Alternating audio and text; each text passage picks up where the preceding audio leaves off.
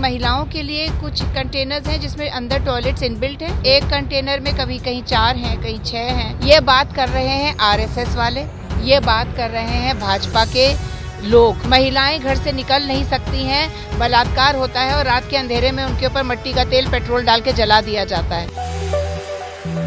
नमस्कार, आप देख रहे हैं सोशल न्यूज़। मैं आपके साथ मोहम्मद अकरम। अगर मैं बात करूं आपसे भारत जोड़ो यात्रा की, तो आज एमपी में समाप्त होने वाली भारत जोड़ो यात्रा लगातार राहुल गांधी लोगों से मिलते हुए दिखाई दे रहे हैं। इस बीच कई ऐसे सवाल आते हैं कि जो भारत यात्री हैं, जो राहुल गांधी के साथ चल रहे हैं, वो कहाँ सोते हैं, उनकी व्यवस्था कैसे होती है। तो मैं आपको बता दूँ, मैं ऐसे जगह पर मौजूद हूँ जहाँ से आपको मैं बता सकता हूँ कि क्या व्यवस्था होती है, किस तरीके से भारत यात्री राहुल गांधी के साथ चलते हैं और किस तरीके से वो सोते हैं, किस तरीके से उनके इंतज़ाम किए जाते हैं।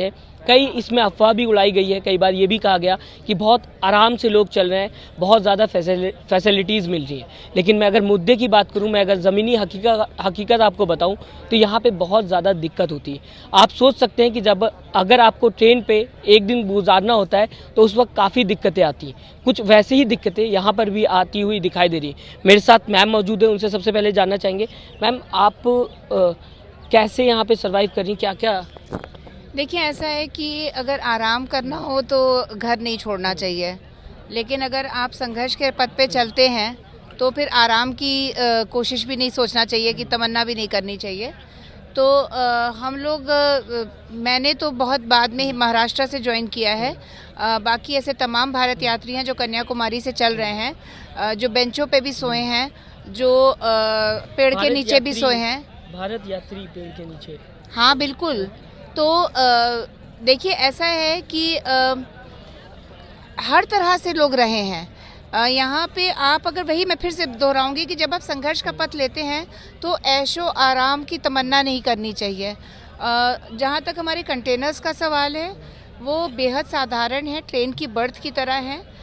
किसी महिलाओं के लिए कुछ कंटेनर्स हैं जिसमें अंदर टॉयलेट्स इनबिल्ट हैं। ज़्यादातर टॉयलेट्स बाहर निकल के आपको जाना पड़ता है, वहाँ पे अरेंजमेंट है। तो सामान होता है, चीज़ें होती हैं। एक कंटेनर में कभी कहीं 4 हैं, कहीं 6 हैं, पुरुष और ज़्यादा हैं। तो मैम कैसे सोना होता होगा? एक कंटेनर बहुत छोटा होता है, उसमें 5-6 लोग अगर सो रहे हैं तो ट्रेन से भी ज़्यादा कम स्पेस है?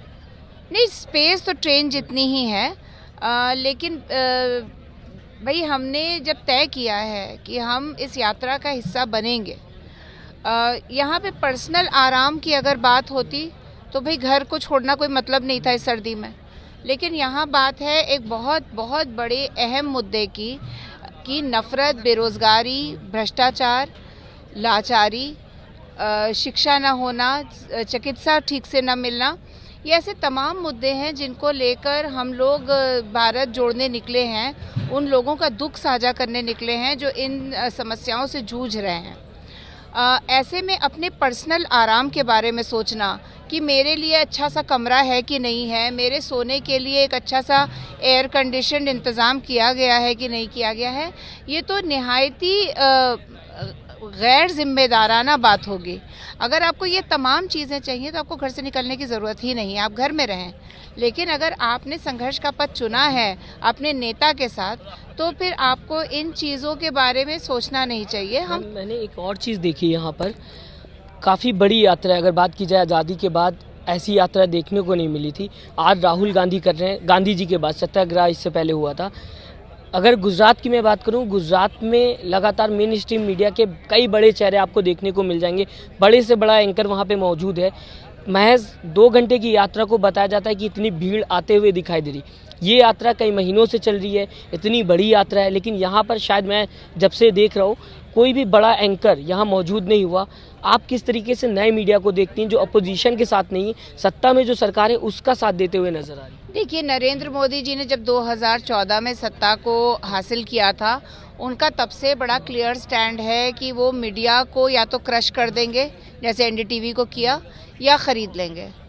तो अगर अपनी नौकरियां बचानी हैं इन बड़े पत्रकारों को, इन बड़े बड़े मीडिया हाउसेस में, तो उन्हें वही करना पड़ेगा। वही सवाल पूछने पड़ेंगे कि मोदी जी के वॉलेट में कितने पैसे हैं, वो अपना खाली समय कैसे बिताते हैं, वो आम खाट के खाते हैं कि चूस के खाते हैं। तो उनका जो अब काम रह गया है वो वही कर रहे हैं। जिम्मेदारी उन्होंने बहुत पहले ही 2014 में ही तज दी थी, बेहयाई ओढ़ ली है। तो इसलिए अब उनसे कुछ भी उम्मीद रखना बड़ा मुश्किल है। भारत जोड़ो यात्रा जनता की यात्रा है, जनता के बीच हो रही है, जनता के साथ हो रही है, जहां कार्यकर्ता कांग्रेस के कम नज़र आते हैं और आम जनता ज़्यादा नज़र आती है। ऐसे में दुनिया का मीडिया इसको कवर कर रहा है, दुनिया के लोग इसको कवर कर रहे हैं, और सबसे बड़ी बात है कि जनता के दुख, खुशियाँ, परेशानियाँ हम सब साझा करते हुए चल रहे हैं, वो सबसे अहम है। भाई मीडिया का काम होता है जनता के बीच हमारा संदेश लेके जाना, हम ऑलरेडी जनता के बीच में हैं। लेकिन अफसोस तो होता होगा ना कि चौथा स्तंभ जिसको बोला जाता है, जिसे कवर करना चाहिए था, जिसे अपनी जिम्मेदारी निभानी चाहिए थी, वो आज अपनी जिम्मेदारी से कहीं ना कहीं भागता हुआ दिखाई दे रहा है। आज देश में चौथा स्तंभ पूरी तरीके से जर्जर हालत में है। क्या सच में देश में लोकतंत्र बचा हुआ है? देखिए, ऐसा है कि जहाँ तक चौथे स्तंभ की बात है, जहाँ तक संविधान में freedom of speech and expression की बात है, हम इसीलिए तो सड़क पे निकले हैं। हम मीडिया के उन तमाम पत्रकारों के लिए भी सड़क पे निकले हैं जो घुटन महसूस कर रहे हैं, लेकिन अपनी रोज़ी रोटी के लिए खामोश है। वो अपनी नौकरी चुपचाप करते चले जा रहे हैं उस घुटन के माहौल में। वो भी हमारी मुहिम का हिस्सा हैं, वो भी हमारे दिमाग में। हमें पता है कि हर आदमी, इतनी वेंडेटा, इतनी नफ़रत, इतनी द्वेषपूर्ण ये सरकार है कि अगर वो लोग सामने से आ जाएंगे। अभी आपने देखा कि मध्य प्रदेश में एक सरकारी स्कूल का टीचर हमारे साथ भारत जोड़ो यात्रा में शामिल हुआ तो उसको सस्पेंड कर दिया गया। इतनी द्वेषपूर्ण सरकार के दौर में सबकी हो सकता है कि हिम्मत ना हो कि निकल कर हमारे कदम से कदम मिला सके, लेकिन हमें पता है कि वो मेंटली हमारे साथ है, इमोशनली हमारे साथ है। और ये लड़ाई संविधान को बचाने के लिए, जब संविधान बचेगा उसमें जो मौजूद हक और हुकूक हैं वो बचेंगे, तो मीडिया हाउसेस भी बच जाएंगे, सुप्रीम कोर्ट और तमाम कोर्ट भी बच जाएंगे, और वहाँ पे हमारा जो विधानसभा है, राज्यसभा और लोकसभा भी बचेगा। इलेक्शन कमीशन की जो रीढ़ कहीं खो गई है वो भी बचेगा, और चाइल्ड और मदर वुमन वेलफेयर के जो लोग खामोश बैठे हैं उनके भी मुंह में ज़बानें लौट आएंगी। तो ज़रूरी यही है, इसीलिए भारत जोड़ो यात्रा है। सिर्फ नफ़रत तो सिर्फ एक बादल है, एक पर्दा है जिसकी आड़ में ये सारी चीज़ें की जा रही हैं। एक्चुअली देखा जाए तो संविधान को रौंदने की कोशिश की जा रही है और मुल्क को कॉरपोरेट के हाथ गिरवी रखने की साफ चेष्टा है जो नज़र आ रही है। तो मोदी जी तो कहते हैं कि भारत को कांग्रेस मुक्त बनाना है, और ये भी कहा जा रहा है कि जिस तरीके से एक तरफ कांग्रेस भारत जोड़ो यात्रा में चलते हुए दिखाई दे रही है, बीजेपी की तरफ से ये कहा गया है कि इस बार 400 पार कर देंगे, तो वो अपनी ज़्यादा पावर से इस बार सामने आते हुए दिखाई दे रहे हैं जनता के। भाई जनता बनाती है, जनता ही मिटाती है। जनता ने मन बना लिया है कि इस नफ़रत की राजनीति को त्यागा जाएगा और आम मुद्दों के ऊपर चुनाव लड़ा जाएगा। और जनता ही जो है, ये लड़ाई कांग्रेस बनाम बीजेपी नहीं है, ये जनता बनाम बीजेपी है, संविधान बनाम बीजेपी है।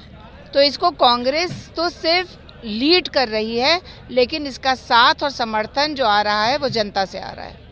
लगता है आपको इसका कहीं ना कहीं असर 2024 में देखने को मिलेगा? हालांकि मैं बात करूं तो कई लोग आ रहे हैं सामने, बहुत ज़्यादा समर्थन मिलता हुआ दिखाई दे रहा है, लेकिन अभी भी अगर 2024 की बात की जाएगी तो आंकड़े बहुत ज़्यादा होने चाहिए 2024 में जीत के लिए, या फिर अपोजिशन में आने के लिए, अपनी सीट बचाने के लिए। वो मिल पाएगा क्या? देखिए, ये यात्रा जो है इलेक्टोरली कोई फ़ायदा उठाने के लिए नहीं है। हर चीज़ को सत्ता प्राप्ति के लिए नहीं किया जाता है। इस वक्त देश की आत्मा जर्जर हो रही है, दुखी है, परेशान है। किसान अपने ही खेत में आत्महत्या कर रहा है, पढ़ा लिखा युवा मजदूरी करने के लिए मजबूर है, महिलाएं घर से निकल नहीं सकती हैं, बलात्कार होता है और रात के अंधेरे में उनके ऊपर मिट्टी का तेल, पेट्रोल डाल के जला दिया जाता है। ऐसे सिचुएशन में ये कहना कि मुझे सत्ता मिल जाए या हम जो हैं वो कुर्सी पालें, ये बात नहीं है। भारत जोड़ो यात्रा का मकसद ये था कि हम जनता के बीच में जाएं, उनके दुख सुख को साझा करें, उनके संघर्षों को समझें, ताकि आने वाले दिनों में हम बेहतर अपनी लड़ाई लड़ सकें सत्ता पक्ष के साथ। मैम, कई लोग ये भी कहते हुए नज़र आ रहे हैं जो कांग्रेस काम कर रही है, पीछे अगर कांग्रेस जहाँ से चली जाती, भारत जोड़ो यात्रा चली जाती है, पीछे लोग चेंज होते हुए दिखाई देते हैं। कई लोग ये कहते हुए दिखाई देते हैं कि राहुल गांधी सिर्फ और सिर्फ एक राजनीतिक फ़ायदा उठाने के लिए ये काम कर रहे हैं 2024 को लेके। आपको लग रहा है, आप अंदर हैं काफ़ी दिन से, आप लगातार हर एक चीज़ देख रही हैं, बातें कर रही हैं लोगों से, क्या लग रहा है आपको कि सच में ये 2024 से जुड़ता हुआ भारत जोड़ो यात्रा नजर देखिए, ऐसा है कि जो लोग सुबह की ठिठुरन के साथ सूरज निकलने से पहले राहुल गांधी जी का इंतज़ार कर रहे होते हैं, जो भारत यात्रियों पे फूल बरसा रहे होते हैं, वो लोग इस तरह की बात नहीं कर सकते हैं। ये बात कर रहे हैं आरएसएस वाले, ये बात कर रहे हैं भाजपा के लोग, ताकि वो ये दिखाना चाह रहे हैं कि भारत जोड़ो यात्रा का कोई महत्व नहीं है। भारत जोड़ो यात्रा एक मरहम की तरह है जो दुखते हुए दिल पे राहुल जी रख रहे हैं। मुझे नहीं लगता कि हमारे पीठ पीछे कोई भी हमारे बारे में इस तरह की बात कर सकता है। जिसके कंधे पे हाथ रखा है, जिस माँ को सीने से लगाया है, जिस बहन के आंसू पोंछे हैं, जिस विकलांग भाई की व्हीलचेयर को धक्का देके कहा है कि मैं हूँ, ऐसे में मुझे नहीं लगता कि कोई भी होगा इंसान वो इस तरह की बात कहेगा। ये सिर्फ संवेदनहीन आरएसएस और भाजपा के लोग ही इस तरह की बात कर सकते हैं। मैम, आखिरी में मैं जानना चाहूँगा आपसे, भारत जोड़ो यात्रा को लेके आप क्या मैसेज देना चाहेंगी जनता को जो सुन रही है भारत जोड़ो यात्रा को? लगातार राहुल गांधी का मैसेज जो है जनता के बीच में पहुंच रहा है, कई लोग आप लोगों से जुड़ना चाह रहे हैं, क्या मैसेज होगा आपका? आपने इतना दिन कंट्रीब्यूट किया भारत जोड़ो। देखिए, हम तो बस इतना ही कहेंगे कि ये देश की आत्मा की मुहिम है, देश की आत्मा को बचाए रखने की मुहिम है, देश के संविधान को बचाए रखने की मुहिम है, आपके हक व हुकूक को बचाए रखने की वो मुहिम है। इससे ज़रूर जुड़ें, जिस जिस राज्य से जा रही है वहाँ वहाँ जुड़ें और अपना मन बना लें कि कल को आपके दरवाजे पे कोई आता है और आपसे छद्म राष्ट्रवाद के नाम पे या धर्म के नाम पे या जाति के नाम पे वोट मांगता है, तो उससे कहिए कि पहले बताओ कि हमारे हक कहाँ गए। मध्य प्रदेश की जनता कहे कि हमने तो कमलनाथ की सरकार बनाई थी, बताओ हमारा जनादेश किसने लूटा? क्यों कोरोना में वो लाशें गिरी और क्यों नहीं हमारे घर अनाज पहुंचा? क्यों मिड डे मील का पैसा लोग खा गए? क्यों कोरोना के टाइम बचने वाले अनाज तक में धांधली हुई? क्यों ऐसी वैक्सीन लगाई गई कि रोज़ लाशें गिर रही हैं? तो ये सारे सवाल हैं जिसके ऊपर लगातार लोगों को सवाल पूछना पड़ेगा। अपने मुद्दों से के लिए आप वोट करें, अपने मुद्दों की राजनीति करें, अपने मुद्दों के लिए सवाल करें सत्ता पक्ष से। बस मैं इतना ही कहूँगी, यही कोशिश है हमारी भारत जोड़ो यात्रा की। बहुत बहुत शुक्रिया मैम हमसे बात करने के लिए। फिलहाल आपने सुना, अगर मैं बात करूं भारत जोड़ो यात्रा की तो लगातार चलते हुए दिखाई दे रही। इस बीच अगर तकलीफ़ों की मैं बात करूं तो आप मेरे चेहरे पे देख सकते हैं, यहाँ पर पंखे नहीं है, लोग जो हैं कैसे सर्वाइव कर रहे हैं, ये बहुत बड़ी बात है। मैं यहाँ पे पिछले आधे घंटे से हूँ और आधे घंटे में मुझे ऐसा लगा कि शायद अब एक टाइम आ गया है कि ब्रेक लेके मुझे थोड़ी देर बाहर जाना चाहिए। आप समझ सकते हैं जब चेहरे से लगातार पसीना गिर रहा हो, लेकिन आपकी उम्मीद ये है कि देश में जो नफ़रत बढ़ रही है उसे ख़त्म कर दिया जाए। आप सारी तकलीफ़ें सह के कोशिश करते हैं कि जो सरकार लगातार बेरोज़गारी पे काम नहीं कर रही है, कई ऐसे मुद्दे, महंगाई बढ़ती चली जा रही, इस पर काम नहीं कर रही, लोगों को समझाया जा सके। सोचिएगा एक बार ज़रूर भारत जोड़ो यात्रा को लेकर, एक बार सोचिएगा क्या सच में सरकार सही काम कर रही है। अपनी राय ज़रूर दीजिएगा, हमें बताइएगा आपकी राय क्या है। नमस्कार। चैनल को लाइक, शेयर एंड सब्सक्राइब करें और बेल आइकन दबाना ना भूलें।